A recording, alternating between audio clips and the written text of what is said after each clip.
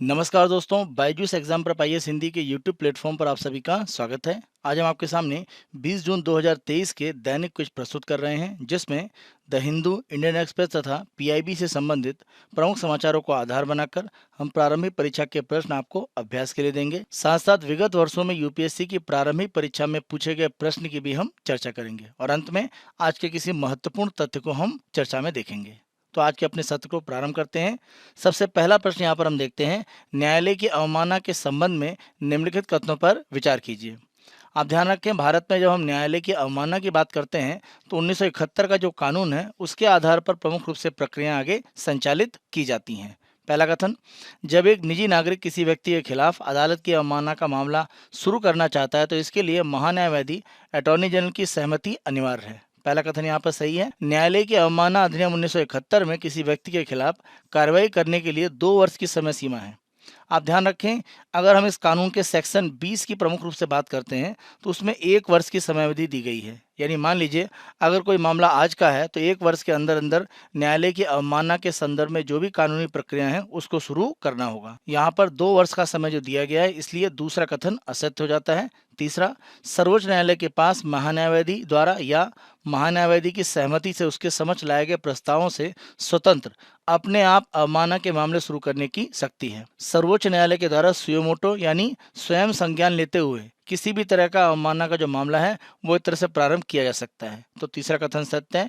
1 और 3 यानी 2 कथन हमारे सत्य हैं, इसीलिए हमारा उत्तर है बी, केवल 2 कथन सत्य हैं। यहाँ पर प्रश्न का प्रमुख रूप से आधार ये है कि एक संस्था एसोसिएशन फॉर डेमोक्रेटिक रिफॉर्म्स यानी एडीआर की तरफ से एक अवमानना का जो मामला है वो सुप्रीम कोर्ट में प्रमुख रूप से दायर किया गया है।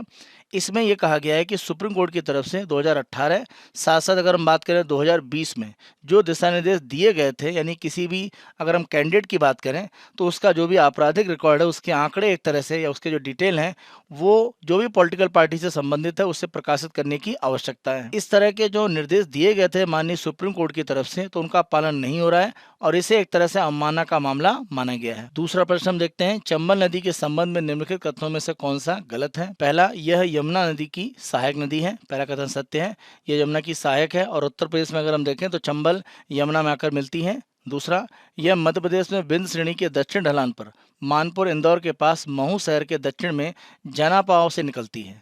तो जनापाव पहाड़ी का जो क्षेत्र वहां से प्रमुख रूप से इसका एक तरह से उद्गम होता है। दूसरा कथन सत्य है। यह भारत के 3 राज्यों से होकर बहती है। तो प्रमुख रूप से आप देखें इसका जो उद्गम है वो मध्य प्रदेश से है। इसके बाद इसका जो प्रवाह क्षेत्र है वो राजस्थान में है। साथ साथ अंतिम रूप में आप देखें तो उत्तर प्रदेश में यह जाकर यमुना में मिलती है। तो 3 राज्यों से इसका प्रवाह क्षेत्र है, बिल्कुल सही कथन है। डी, बनास, मेज और पार्वती चंबल की बाएं किनारे की सहायक नदियां हैं। तो ध्यान रखें, अगर हम बनास और मेज की बात करें तो ये बाएं हाथ की जरूर सहायक नदियां हैं, लेकिन अगर हम पार्वती की बात करें, काली सिंध की बात करें तो ये सब प्रमुख रूप से दाएं हाथ की एक तरह से सहायक नदियां हैं, न कि बाएं हाथ की। इस आधार पर अगर हम देखें तो हमारा डी यानी चौथा कथन असत्य हो जाता है। तो उत्तर है हमारा डी। प्रश्न का आधार प्रमुख रूप से ऑनर किलिंग के संदर्भ में है, जहां पर माना जा रहा है कि एक दंपत्ति की हत्या करके जो शव है वो चंबल नदी में फेंक दिया गया है। उसी आधार पर हमने चंबल नदी के संदर्भ में आपसे प्रश्न पूछा है। तीसरा प्रश्न हम देखते हैं, दिवाला और शोधन अक्षमता संहिता 2016 के संबंध में निम्नलिखित कथनों पर विचार कीजिए। पहला, दिवाला पेशेवर पर भारतीय कॉर्पोरेट कार्य संस्थान की विनियामक निगरानी है। तो आप ध्यान रखें, insolvency and bankruptcy board of India यानी आईबीबीआई यह प्रमुख रूप से इनकी निगरानी करता है अगर हम दिवाला पेशेवर या इंसॉल्वेंसी प्रोफेशनल्स की बात करें। तो इस आधार पर पहला कथन असत्य है। दूसरा कथन, कॉर्पोरेट शोधन अक्षमता समाधान प्रक्रिया में कॉर्पोरेट ऋणी के प्रतिस्पर्धी को समाधान योजना प्रस्तुत करने की मनाही है। तो यहाँ पर आप ध्यान रखें, ऐसे किसी प्रतिस्पर्धी को मनाही नहीं है, वो चाहे तो किसी तरह का रेजोल्यूशन प्लान लेकर आ सकता है। तो दूसरा कथन यहाँ पर असत्य है। तीसरा, जब देनदार कंपनी ने कम से कम 1 करोड़ रुपए का डिफॉल्ट किया हो तो एक लेनदार प्री पैकेज्ड शोधन अक्षमता समाधान प्रक्रिया शुरू कर सकता है। अगर हम pre package insolvency resolution process की बात करें तो ये प्रमुख रूप से एमएसएमई के लिए एक तरह से प्रारंभ किया गया है और साथ साथ अगर हम देखें तो यहाँ पर 10 लाख रुपए से ज़्यादा का एक तरह से डिफॉल्ट का मामला होना चाहिए और अधिकतम जो एक तरह से सीमा है वो 1 करोड़ रुपए होनी चाहिए। तो यहाँ पर जो कम से कम 1 करोड़ रुपए की बात की गई है उसमें 10 लाख से 1 करोड़ की जो सीमा है वो होगी। और साथ साथ ध्यान रखें, प्री पैकेज इंसॉल्वेंसी रेजोल्यूशन जो प्रोसेस है वो एक तरह से एमएसएमई के लिए सहायता देने के लिए प्रमुख रूप से लाया गया है। तो तीसरा कथन यहाँ पर असत्य है, तीनों असत्य हैं, इसीलिए हमारा उत्तर हो जाता है डी। यहाँ पर प्रश्न का प्रमुख रूप से आधार ये है कि आरबीआई की तरफ से एक ढांचा प्रस्तुत किया गया है, एक फ्रेमवर्क लाया गया है, जिसमें जो भी एक तरह से विलफुल डिफॉल्टर्स हैं उनके साथ अगर हम देखें तो बैंक के द्वारा एक तरह से जो भी उनके मामले हैं ऋण के संदर्भ में उनके निपटारे करने की प्रक्रियाओं को आगे बढ़ाया जाएगा। तो यहाँ पर इसका विरोध किया जा रहा है, लेकिन आलेख के माध्यम से कहा गया है कि इससे ऋण वसूली की प्रक्रिया एक तरह से आसान हो पाएंगी। और साथ साथ आरबीआई की तरफ से ये भी स्पष्ट किया गया है कि अगर कोई आपराधिक एक मामला इस तरह के विलफुल डिफॉल्टर्स के ऊपर बैंक चलाना चाहता है तो उसको लेकर वो स्वतंत्र है, उसके बारे में किसी भी तरह की रोक टोक नहीं है।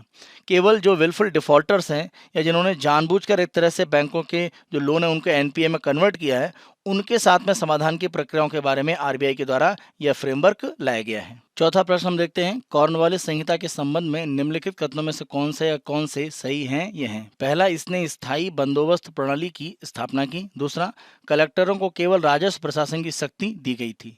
तो दोनों कथन अगर हम देखें तो कॉर्नवालिस संहिता के संदर्भ में सही है। इसे 1793 में अगर हम देखें तो लॉर्ड कॉर्नवालिस के समय में प्रमुख रूप से लाया गया।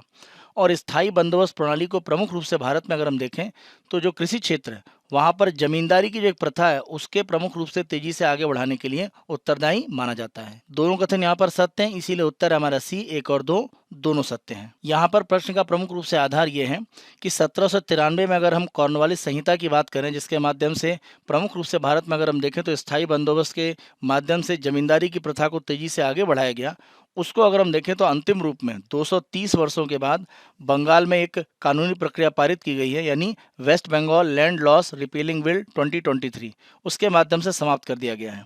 तो ये कानून आप देखें कि आज़ादी के बाद भी अभी पेपर पर एक तरह से एग्जिस्ट कर रहे थे, एक तरह से अस्तित्व में थे, तो अंतिम रूप में इन्हें समाप्त कर दिया गया है। और इसी के साथ साथ अगर हम देखें तो कुल मिलाकर 11 ब्रिटिश समय के अलग अलग जो कानून हैं उनको यहाँ पर एक तरह से समाप्त किया गया है। दैनिक क्विज के दूसरे भाग में हम यूपीएससी के द्वारा विगत वर्षों में पूछे गए प्रारंभिक परीक्षा के प्रश्न आपको अभ्यास के लिए देते हैं। आज 2011 की प्रारंभिक परीक्षा का प्रश्न हमने चुना है। प्रश्न को देखते हैं, आभासी निजी परिपथ वर्चुअल प्राइवेट नेटवर्क क्या है? अगर हम वीपीएन की प्रमुख रूप से बात करें तो वीपीएन के द्वारा प्रमुख रूप से कोशिश ये की जाती है कि इंटरनेट का उपयोग करके किसी भी संस्था के लिए एक निजी नेटवर्क का निर्माण किया जाए। तो यहाँ पर आप देखें कि इंटरनेट का उपयोग करके एक ऐसा एक कंप्यूटर परिपथ बनाया जाता है, एक पूरा नेटवर्क बनाया जाता है। जो भी उपयोग करने वाले हैं वो अपनी संस्था के जो इंटरनेट का भाग है उसका उपयोग कर रहे हैं, और यहाँ पर जो भी सूचनाओं को प्रेषित किया जा रहा है वो पूरी तरह से सुरक्षित है। यानी इंटरनेट पर सामान्य तौर पर अगर आप कोई भी एक तरह से सूचना का आदान प्रदान करते हैं तो वहाँ पर हैकिंग की एक तरह से समस्या रह सकती है। लेकिन वीपीएन में प्रमुख रूप से एक वर्चुअल आप कह सकते हैं कि आर्टिफिशियल नेटवर्क बन जाता है जो किसी संस्था के लोगों के द्वारा उपयोग किया जा रहा है।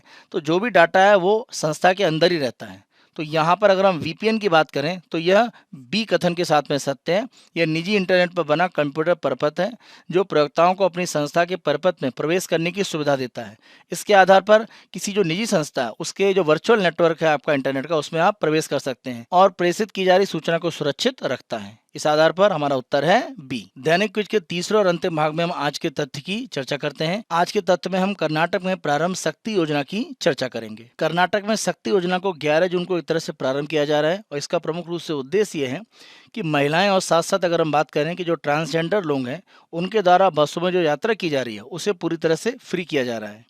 इस आधार पर माना जा रहा है कि कर्नाटक में अलग अलग जो भी वहाँ पर रोड ट्रांसपोर्ट के कॉरपोरेशन काम कर रहे हैं सरकारी, केएसआरटीसी, बीएमटीसी, एनडब्ल्यूकेआरटीसी और केकेआरटीसी, इन सभी को कुल मिलाकर एक घाटे की स्थिति बन सकती है। यहाँ पर अगर हम सीएजी की रिपोर्ट फरवरी 2023 की देखें तो माना जा रहा है कि जो भी एक तरह से सड़क परिवहन के लिए संस्थाएं काम कर रही हैं कर्नाटक में, उनको जो भी एक तरह से मुआवजा मिलना चाहिए अलग अलग प्रकार के कंसेशन के लिए, वो पूरी तरह से नहीं मिला हुआ है।